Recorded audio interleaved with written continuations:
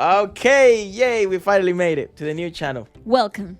Welcome indeed. We're gonna review, obviously, as you're all here for. I don't even know why people say that when they click on the title. Brahmastra. This is actually our first movie that we've seen in the cinema. Indian First movie. Bollywood movie in the cinema. Called the premiere. So lots of thoughts.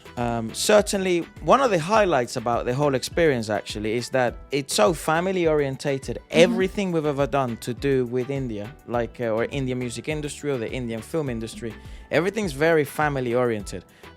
There's grandmas, uncles, aunties, son, kids, husbands, wives. Everybody, and it's actually quite exciting because this movie, based on the description of the plot itself, wouldn't be one of the movies that we naturally feel inclined to watching. No. I have to be honest, this is perhaps one of the most refreshing films I have seen the whole year. The reason why we decided to do this one as our first review is because I think in order to understand any movie industry or any industry at all, seeing what the biggest budget projects are and the blockbusters are gives you an understanding of what sort of sells, what the industry deems as commercial. It's like, in order to understand any industry, you have to learn in music, you have to learn about pop. And then we can go and start reviewing some of the most complex, maybe darker concepts, maybe more sort of film critique masterpieces. But the reason why we chose this one is for that reason, and also the involvement of Arijit in the musical score and Pritam being the composer, as well as a good British fella, Simon Frangle. Frangle, that's right. Simon Frangle. That's it. Simon, good old Simon, yeah. He took part of composing a lot of the stuff for Avatar and Titanic. Good shit. And he's won a bunch of Grammys because of his great compositions. Okay. This is India's first attempt, it seems, at creating their own universe, which is cinematic called the universe. Astraverse. Yes, and of course this is Part so 1 of deep. 3. It is gonna be a trilogy, yes, which again, blockbuster shit. That's how they do stuff nowadays. Everything is a universe. And But everything. you know what's funny? This movie was actually first teased and spoke about in the industry back in 2014, and it took all this time to actually come to fruition. So it's deeply rooted in something super brand new for us, which is super refreshing as well, because we are from the West. We are, from South America, but we live here in London. And the type of media that we get exposed to is severely different to whatever you get exposed to if you're watching from South Asia. It's new, which is Indian mythology. It's deeply rooted in this. It's not 100% accurate, of course, but like the whole idea of the Brahms, the Brahmastras, it's deeply rooted in Indian mythology and religion, which for some reason, that doesn't happen in the West ever. And it just felt so nice and grounded to experience a movie that kind of put religion on a pedestal, moral values, which everyone can kind of agree with. The plot goes a little bit like this. Okay. Shiva, Well, your main man, is a DJ in the big city. Yes. Shiva is the protagonist, and he's your hero, typical hero of any story. He's falling in love, and this is essentially a love story mixed with your typical hero story. And the person he falls in love with is Isha, who's obviously the love interest, and this is Alia Bhatt, and the main man is Ranbir Kapoor. Their chemistry, absolutely tangible, so palpable. Yeah, they're actually Incredible. banging, they're married, so it makes sense that they have such great... PG-13 here. They did a great job in sort of playing out their characters. And then you have the villain, Muni Roy, who first time, obviously there's going to be lots of first time actors here. And it's just your typical hero, villain, love story, but with lots of CGI. This is probably one of those movies in the Indian film industry that's gonna sort of take a lot of people into shock, because there's always been that thing, especially here in the West, there's been that thing that maybe India doesn't have like the biggest effects, or you kind of think Hollywood when it comes to the best visual effects and CGI and all that shit. In terms of visual effects, it was bloody nice. Fantastic. Lovely. Like, it was so visually captivating. And there's a lot of business in the movie itself, and it all comes from the musical composition itself, like the track in which it has been done to environmentally immerse you into it, which is fantastic. From the commercial tracks up in the first half of the movie to the score production of the whole movie, like the two parts, absolutely phenomenal to the point where when it stops for the first time, you feel like, oh my god, what's happening? What's next? It's absolutely fantastic. It's such a great hook, and I think it all comes from that world building in the music.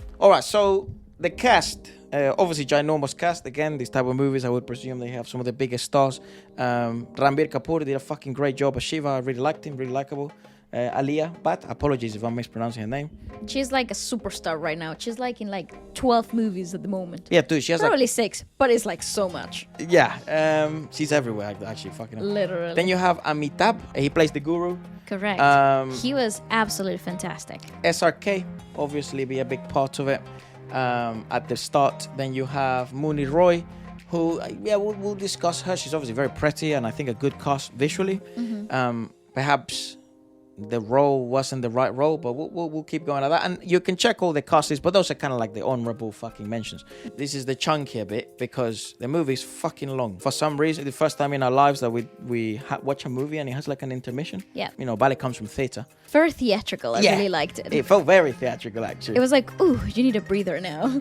I quite like that. And but actually, it was segmentalized. You did need a fucking break. Oh, you did. That movie is 15 minutes short for being 3 hours long. So that's right. That's pretty freaking impressive. So I think the first half is one of the most fast-paced. Like, it's a really quick introduction into everything that you're about to embark, and it moves so fast. And even though you have a halfway point that you obviously don't know about unless you've watched other Bollywood movies before, unlike me. Here's Shiva, he's a DJ, here's his lifestyle, he's an orphan, he has this whole environmental life that surrounds a lot of other people. There's a lot of other characters, and suddenly he falls in love, and then you're moving and he has visions and you're like, what is happening? It all happens so quick. At the same time, you're super hooked though. I think that's one of the coolest things about the whole thing, that even though it moves really quickly, you never feel like you're left behind either. It's really well timed in that manner too. There are some truly magical moments in that first part. Certainly one of the reasons why it moves really fast, but it doesn't seem to leave many people behind. Even though I have seen other reviews online and stuff like that, and this seems to be the biggest sort of not ick, but criticism, that it is really fast paced. It seems to be, the first half seems to be more like a parable rather than a movie. You're trying to tell a story in like a parable manner. This is this is that, this is what he does, this is the connection to that, this is he's in love, that's the love interest. You move on. Music.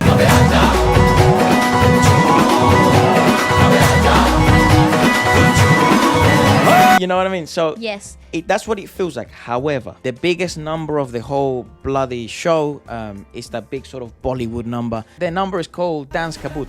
Biggest dance number. And I think it does a very good job actually, because mixes what I think the movie does well. Mundane reality, simplistic, simple, mundane moments, colloquial moments, but also deeply rooted in religion, culture. It's very culturally exciting to witness. But before we even get to that part, we have that whole action scene that opens the whole movie with SRK. Yeah. That was absolutely freaking wild. I actually think like that scene. Oh, by the way, spoilers. If you're watching this and you think there's not going to be spoilers, that's on you. We are spoiling it. That sort of big scene at the start and stuff. I thought it was like, yeah, it's all right. It felt like the punches lacked a twist. You know what I mean? Like I felt like every time, because he was bleeding a lot of the time, and I felt like, yeah, make him suffer. It's a family movie, That's right? That's a family movie. So it can't have that much weight. But the beginning, that opening scene after the introduction of the whole Brahmastra and what each chakra represented, what the powers are laid in, like such a lore, right? The lore is so deep, and I love how they explain that at the beginning. It was such a shock, such a big opening scene to have SRK in a huge action-like sequence, and then have him falling in slow motion on a chair. I was like, don't kill the man. He literally was in there. Maybe we shouldn't spoil too much, right? Just in case someone comes in. Yeah, but, and you know, fair enough. But it seems like that movie loved its slow motions and all that shit. Yes. Which actually... perfectly timed hair in the wind shots. Yeah, some of them were well placed, some of them were ill placed. But I think again, they were all fantastic. Playful, it's fun. It's telling a story, actually, of a character. It's the story of the modern man. It's a man who leads with his heart and wants to figure life out, but hasn't found out his destiny yet. But he's deeply in love because he leads with his heart. And unfortunately, sometimes you must put destiny and work and realism before your heart. You must lead with your head, right? There's that whole saying of what does your head say, what does your heart say, follow always what your brain sort of says. But he is a character that leads with his heart, and it turns out it's because he does have a burning feeling, a burning desire to chase something, but he doesn't know what it is. And ironically enough, you know, there is that whole thing that he is the fire kind of element, and love has always been sort of related to the color red, and it's interesting how they depict fire in this movie. It's like a magical color fire. It's like chemical magenta, fire, because it has a red hue in the middle, and then it has like a fuchsia, so it becomes kind of like magenta-ish color. It's pretty cool. Yeah. In the first half, some of the positives: playful, light, simple, great numbers. Queseria is such a fucking good number, and it feels even better. Something that I noticed as well is that the involvement of Arijit wasn't just in those 3 songs. It wasn't just in Queseria, Dance, Kahoot, and then the last one, which is Deva, right? It wasn't just that. Like, his voice is present in action scenes. His voice is present in dramatic scenes. He is present throughout the whole thing, and then it turns out he's actually one of the sound engineers. So fair play to him. You never see that in any other industry. It's like seeing John Mayer fucking sound engineer for the Avengers or something. Yeah, it doesn't make any fucking sense. But pretty cool though. Beautiful. There's some glaring issues, right? The timing and pace is one of them. Number 2, which I think this would be the thing that could have been a 10, but then it is not because of this. I think it's 3 things. Number 1 is lack of investment earlier on. The reason why you feel attached to this new universe, and actually I'm intrigued. I went home and I researched about Hinduism. I researched about India. I researched about Diwali, because it's the festival of light. It's that it's so deeply rooted. It has such a strong foundation. So the investment has already been done by fucking humanity, you know, and history. But the investment that should have been placed, especially in the romantic relationship, was truly lacking in that first half. So they seem to fall in love really fucking quick. Well, I do think, again, as the first half is over, you kind of come to the conclusion that you don't know anything about Isha. That also leads with the heart, and I guess that's what they have in common, but it didn't feel impactful enough. Which I was quite excited about having an intermission in the movie. That meant to me that the second part was about to be more about investing in the characters. What I liked as the movie was segmentalized is the fact that you could map out where the story could go, and also be excited for what was to come. The only thing that I didn't quite understand is that every other character that was a supporting role in the movie felt disposable. And well, essentially they were. You see their best mates, you never see them again. That's right. They were so good. Those actors, shout out to those actors, man. Everybody in the movie were fantastic, top-notch actors, from the kids to the supporting roles to the huge cast in the musical number. Great. Fantastic. Everything about it, the tiny delivery of lines, the interactions in camera, the extras, everybody did an excellent job. Like, outstanding, beyond phenomenal. I mean, I'm pretty sure that you can zoom in into that big musical number and you wouldn't see a face out of place. Everyone gave 100% in everything. It was absolutely magical. It is a story of self-development, of self-discovery, as it is a hero finding its purpose. So I kind of felt like the only 2 characters that really fueled his decisions were Isha and the Guru.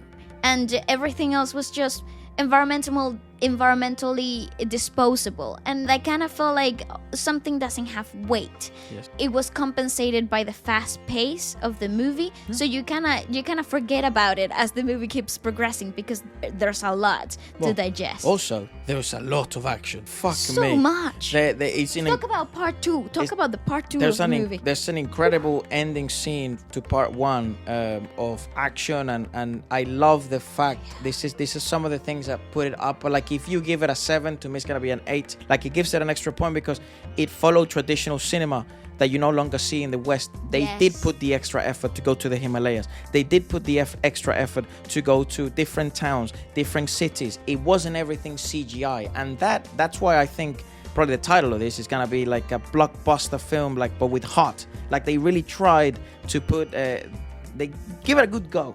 You know, and whatever the outcome was, that's fucking, you have to appreciate that. And there's scenes that you can notice, hey, hold on, that was a stunt double. And that wasn't CGI, dog. That was real. That's right, and I think it has to do with that car sequence. Yeah. Where they get Just say there's around. a car sequence. Okay, the car sequence and the monkey. Fuck it up. Yeah. Okay. So you should see the reaction to the kid and the family next to me. The kid was like this. The intermission part 1 ends. He's like, and he looks at me, and I look at him, and all of a sudden I feel what he's feeling. Yeah. And I'm like, kid, and he's just goes back. He went away from his family. He sat in the corner. He was in his popcorn, and part 2 begins. Right? You take a break, and part 2 begins. And holy fuck, the movie just gets better and better and better because it solves some of the issues that it presented in part 1. I do wonder why the fuck that happened. Like, how could it resolve some of those deeply rooted issues? You get to understand his past, you get to understand his trauma, you get to understand where the true fire comes from. Yes. Oh, by the way, the whole sequence of discovering his power, absolutely gorgeous. When Odeva comes Dude, into... it literally, wow, I got goosebumps. It was so gorgeous. There was this lady sitting next to me, she was... physically sobbing. I'm not even joking. She was like halfway through the movie. It was such a powerful scene, and I think it has to do with that because let's talk about the power of music. The musical score, it's so busy. There's no space for you to settle into anything. Even in the scenes where you think there was silence, there was a lot of environmental sounds. Right. So there was like the wind blowing or the birds singing, and there wasn't a moment for you to like feel absolute silence. Very, very few seconds. And I think that constant buildup of tension, of magic, there was a heavenly choir throughout the whole composition. So when the build-up, like there's musical sprinkles that lead up to that Odeva number. And I understood exactly why the lady next to me was in absolute tears. I guess we, that's why the reason why I like doing this with you, is we look at art not with an overtly critical eye for the sake of criticism, but there's always good. Especially when you dive into so many industries like we have, with the main channel, and now with this one, we will now discover cinema to a new level. That's a lesson for the West to learn in terms of movies, especially I'm probably talking directly to Hollywood, because yes, the dance kaboot number, it's very, what would you call it, Bollywood style.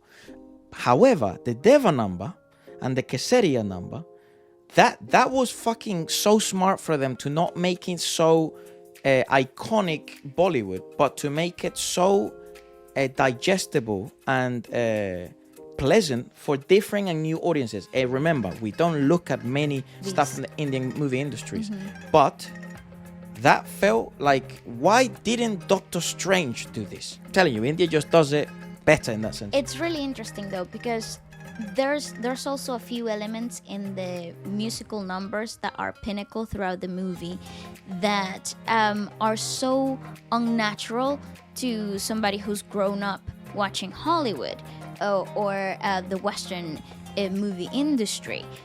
The fourth wall breaking, absolutely invasive, is something so invasive. Like, we talk about it in theater quite often. It's one of the techniques that we explore in comedy a lot in theater. But when you see it done in movies, it becomes quite an unnatural feeling. It's suddenly you're not an spectator, you're part of the story. And in the musical numbers that are so emotionally charged, when the fourth wall is breaking, you become also emotionally heightened. Spoiler alert! Yeah. That whole ambush sequence, the fight, whoa, my god, Yeah, it's absolutely freaking brilliant. one of the best scenes I've seen this year. I just think I'm not an action fan type of girl. Fighting sequences make me nervous. I'm sitting at the edge of my seat. I'm like, whoa, I'm sweating. But that sequence, from the lighting, the color grading, to the effects in the camera, the blackouts, the flashes, everything makes you question anything you've ever seen action-wise up to this point. When we proceeded to watch part 2, I was obviously concerned that some of the holes that were occurring would start to leak even more. Some of the problems were still present, of course. I think the relationship between Shiva and the Guru could have been better. However, it was what it was. It did feel cool towards the end, but I just felt like there were moments where his literally destiny and story defining moments just fell a bit weak due to the lack of investment. And there were only a few lines which you were like, eh. It's really impressive given the fact that it's a family-oriented movie. You're watching Canto and not cringe. You need to see these movies with especially movies like are oriented to kids, with a childlike Well, side. the funny thing is, I don't think this is the funny thing about this. You don't need I don't to. think this is a kids movie. I just think they don't want to miss out on the market. And one of the best markets is obviously the kids one. And then, but you got to keep the parents entertained. And then you got to keep the people in the middle, that 20 to 30, entertained enough to come back and be interested. And they did that for us. Then this causes an issue with the commercial value of a movie. When you prioritize commercial value, you may not take certain artistic liberties because it may hurt its stock. This is the only issue in part 2. There are some really complex concepts, like for example, fire can create, and it's the light of the world, but it can also destroy and create some of the most bizarre, dark, inhumane suffering you can imagine. Fucking lean into that, for God's sake. Not just fucking Brush upon it. wave at it when you're on the bus. Get off and explore that concept just a tiny bit more. That's why that scene might be one of the best in the whole movie. Yeah, it was both light and dark. It was the complete battle of evil and good. Evil won for the time being, and that's investment. You're investing now for the absolute reward, and when you let the movie play out, good will win. But that's why it feels so impactful, because the ambush scene is quite close to the end of the movie.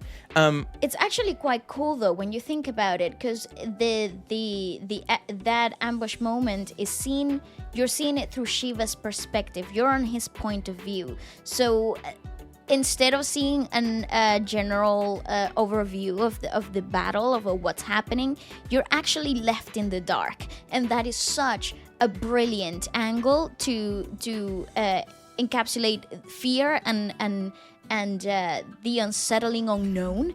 It's so brilliantly directed. There's a lot of Harry Potter-esque action sequences in which they utilize a lot, like the silence, the cuts in between action sequences, because that creates a lot of uncertainty. It was such a hack when Harry Potter discovered that shit, especially in the one fight shit, because in reality, those fights should be quite lame, but they look amazing because of the silence and the anticipation. You don't know who's going to get you. You don't know if the spell is going to work.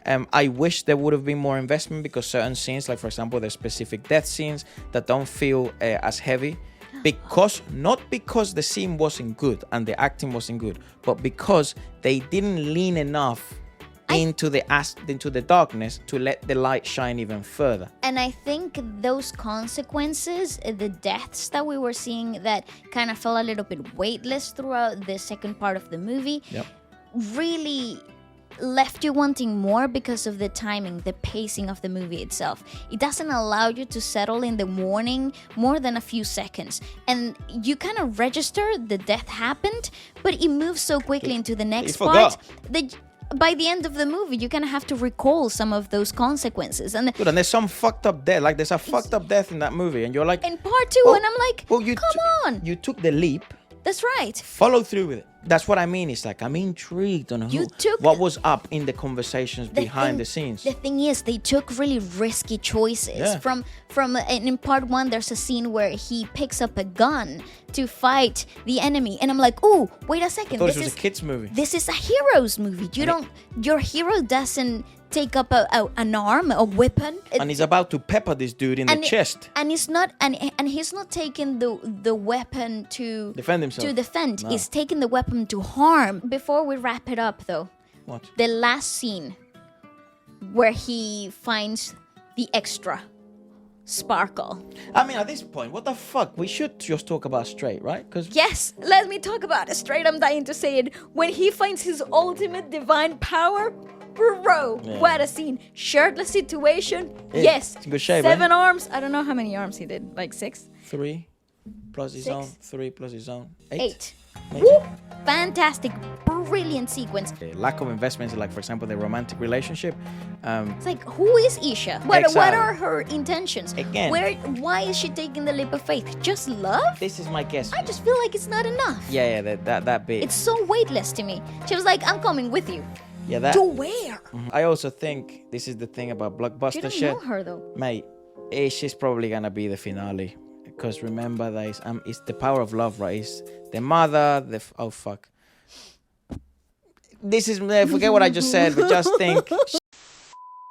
There's more development to be done. Well, there's also a cool moment of like masculinity and femininity, like the power beautiful. of both energies, and one of them became enraged and sort of polluted and corrupted by power, and then only love could sort of, that's the most powerful force in the world, could sort of control that type of a devil.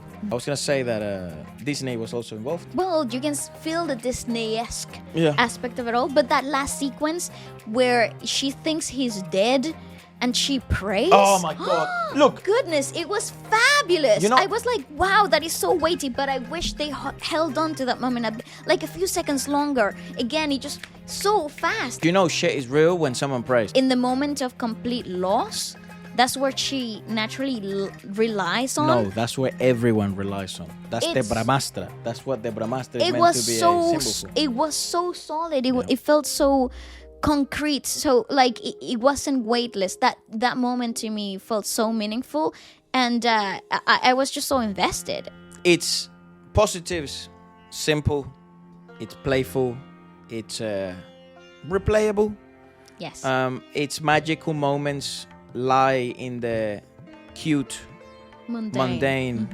Some of the best romantic scenes, like for example the kissing scenes, are when you less expect them, and that's the refreshing. nature of life, unexpected, taking a leap of faith. I think it really builds on the its negatives. It's obviously the lack of investment. The pacing sometimes can be quite tough, and I just wish personally that this investment issue would have been resolved like it did in the part 2, but just commit a bit further, and they lean towards that darkness, because there is lots of power in that, and then it amplifies the sort of the positive, lovely scenes, the sort of the colloquial aspect of hello mate, welcome home, oh that's this boat is the only one we can get signal in, calling her on the phone after she nearly was murdered. Those type of moments are really beautiful, but sometimes some of them feel weightless, because murder is murder. Like, this guy has the power to murder everyone, and sometimes he does murder everyone, but that's such a cool concept to explore. It's not cool in itself, but it's a cool concept to explore. It's like,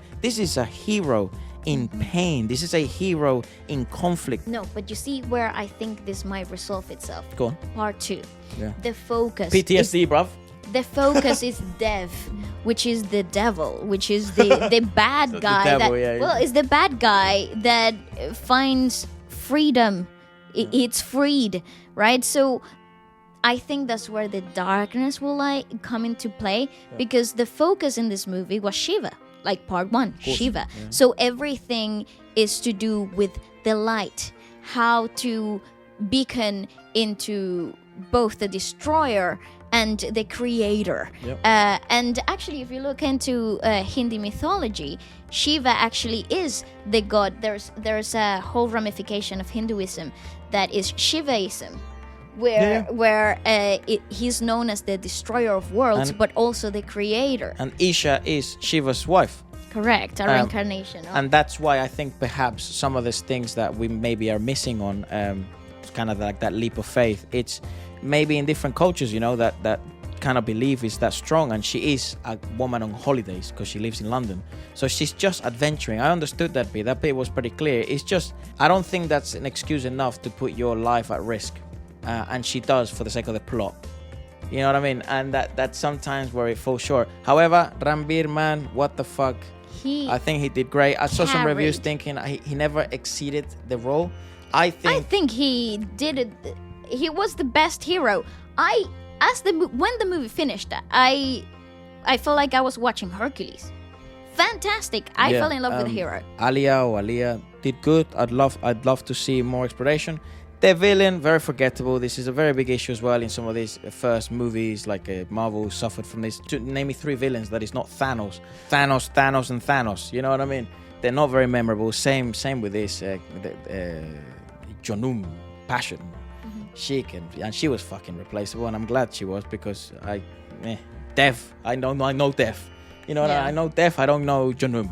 I just think it was unexplored, and I think maybe with different sort of directions, it could have been a much sort of interesting role. She's very forgettable, and man, she dies and no one cares.